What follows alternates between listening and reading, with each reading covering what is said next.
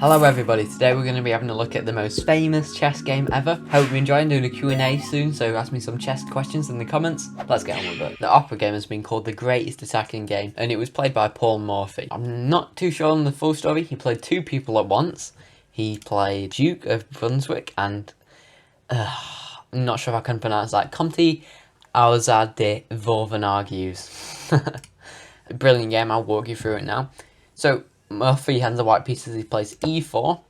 The opponents play e5. We have knight f3, d6. This is called the Philidor defense. d4. This is normal. This is what you want to do. Try and break open the center. And bishop g4 is played. D takes e5, and it's quite important here. Bishop takes f3 was played. The reason that black gives up the bishop pawn in this position is because if this were to be recaptured, then we'd have queen takes, king takes, and now this bishop no longer pins this knight to anything. This pawn will be won. White is winning here. So after d takes e5, bishop takes f3 is played. Queen takes f3, d takes e5, and bishop c4. Knight f6. So knight f6 is fine. Bishop c4 was threatening a mate on f7, and knight f6 blocks this. Queen f6 was the best move. I'll tell you why later. Knight f6 played and queen b3. Queen b3 is a great move. It's a fork, so this these pieces realign towards this f7 pawn, attacking it, and also the b7 pawn.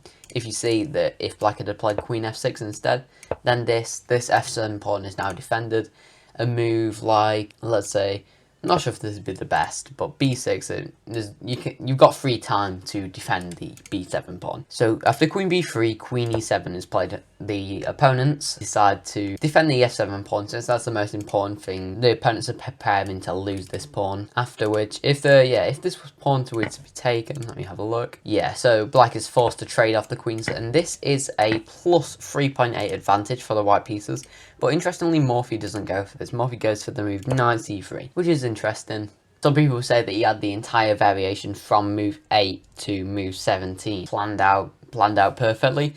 I'm not sure though. The opponents play c6. This is a good move. It stops the knight from coming forward, and this queen on e7 now defends this pawn over here. Bishop g5.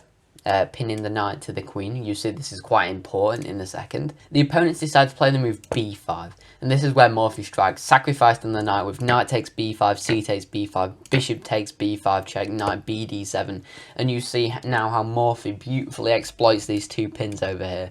This pin on this knight on f6, and this pin on this knight on d7 towards the king. Queenside castles, and with queenside castles there's a threat of rook takes knight, since this knight is pinned to the queen. Rook d8.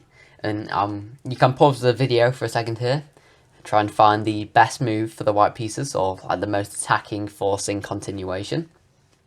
The move is rook takes d7. This is a beautiful rook sacrifice. Of course, the knight can't take due to the queen being lost. But after rook takes d7 and rook d1, black is up 3 pots of material, a rook and a knight for bishop and 2 pawns, but the truth is this bishop is stuck, this queen blocks it, this rook is stuck in the corner, and all of these white pieces are doing a very good job being active, putting pressure on the black position. Queen e6 is played, trying to win pin, but it's already too late. Bishop takes d7, check, knight takes d7, and I'd like you to pause again to find the mate in 2. This was a beautiful combination. It is queen b8 check, sacrificing the queen. The only move is knight takes b8, and then rook d8 is a mate. And you can see why this is such a beautiful game. It's ended on move 17 of the game, with black being up 10 points of material. Up a queen and a knight for 2 pawns, but it doesn't matter. The only pieces left on the board for white are this rook and this bishop, and that's all that's needed for the mate. This is a bit of a short video. I just wanted to do a brief coverage of the game. Thanks a lot for watching. Click here for the most recent video, and here for the one that YouTube thinks you'll enjoy. I'll see you in the next one. Goodbye.